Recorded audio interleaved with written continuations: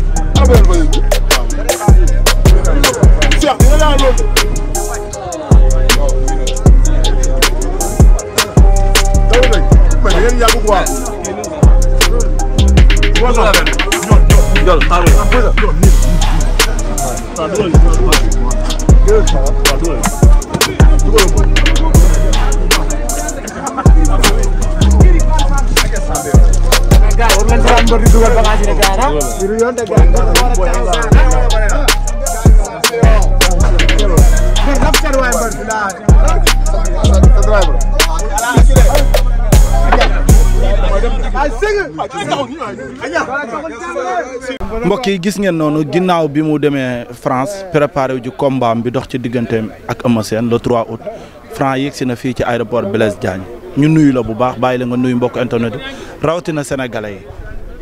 waaw di nuyu ñëpp si ziar ñëpp rawatina xam nga monde entier rawatina sénégalais yi aussi xam nga di nuyu fu ñu jóge muy waa France ku ci mel ni sama gars yi ma nekkaloon ay coach team xam nga coach Jamel ñoom Mara ñoom Mohamed Sy ñoom Issa Ali Cheikh Thioune xam nga ñoom Ousmane Fall su ma limee daal damay juum quoi gars yi ma ne woon foofu yëpp doon ma support doon ma jàppale.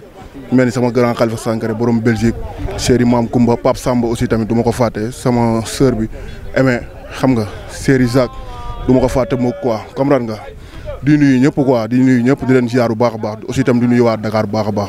jili Franc dem France ñaata temps nga fa def. waaw man kii wu ma sax xam nga man sama mémoire bi baaxul waaye. mais gàtt def nga fa 1 mois 20 jours. waaw ça va de. bi nga demee ci biir 1 mois 20 jours yi Franc ñaata séance la doon liggéey ak nan la ko gars yi gàttandoo foofu. waaw deux séances laa doon def quoi par jour parce que liggéey moo ñu yóbbuwoon liggéey dem nañ ñëw lu ci des nag après dañ koy boole fii rek ko bu soobee yàlla. nga dem war a bëri koo xamante ne ndaanaan la ci làmb muy Eumeu Sène bi nga demee di wan ñi nga xamante ne ñoom ñoo la doon préparé foofu da nga ko wan vidéo Eumeu Sène da nga wan Eumeu Sène wala lan. wax ji jarul muy bëri nee na su ma ko daanee mu bàyyi bëre góor ca wax ja na préparé dégg nga na préparé bàyyi bëre. dégg nga wax ji jarul muy bëri nag. Franc wax na de. mais Ndiol Franc ñëw na de. benn baa ngi nii benn bu gën ñaar rek ñaar. billaay walaay ay mu jóg njaago sël xamee woo ma. Franc ñëw na. waaw. mais Franc ñëw na nan nga ko gisee état de forme bi ma. donc Franc sant yàlla rek li ma doon wax gars yi rek fan lay naano leel loolu la séeréer di wax benn bu gën ñaar kese mais ñun liñ gisagum c'est bon. mais Eumeu Sène mu ngi ci super forme. waaw yow xale ngay wax xale bi lañ wax de booy bu ndaw bi lañ wax mais waxuñu ñii nii kooku paala gayen wala boog. mais Eumeu Sène yow Franc ñëw rek wàcce ma gis Ndiol kontaan lan moo tax nga bëgg lan la. non sama gayen la li nekk sama xol man mënu ma koo wax instant yii nii mais il faut ñu gis ndey mbili bi ba yéeg si kawam ñu soog a xam ne mooy loolu. état de forme am na doole. non nice ni nga ko gisee nice am na lépp indi na doole indi na lépp koo xam ne doxul tuuti jaam a gën a xam ñaq bi def nii gaan booy loolu nag ah wala.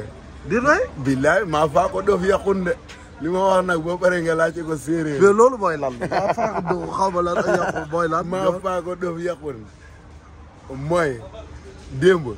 mooy loolu ah wala. mais Franc ci biir wax ji sax dafa mel ne sawarul ci bëgg a wax lu baax parce que mu ngi naan dajeeg moom rek laa bëgg jàkkaarloog Eumeu Sène rek laa bëgg. kese loolu lay wax ci instant yi nii waaw di ñaan yàlla rek ñun daal di ñaan yàlla rek waaw mu suturaal ñu rek may ñu lépp bañ jël làmb bii nii combat bi da daan si ak jàmm taxaw dëgër. macha allah waaw. ay loolu la.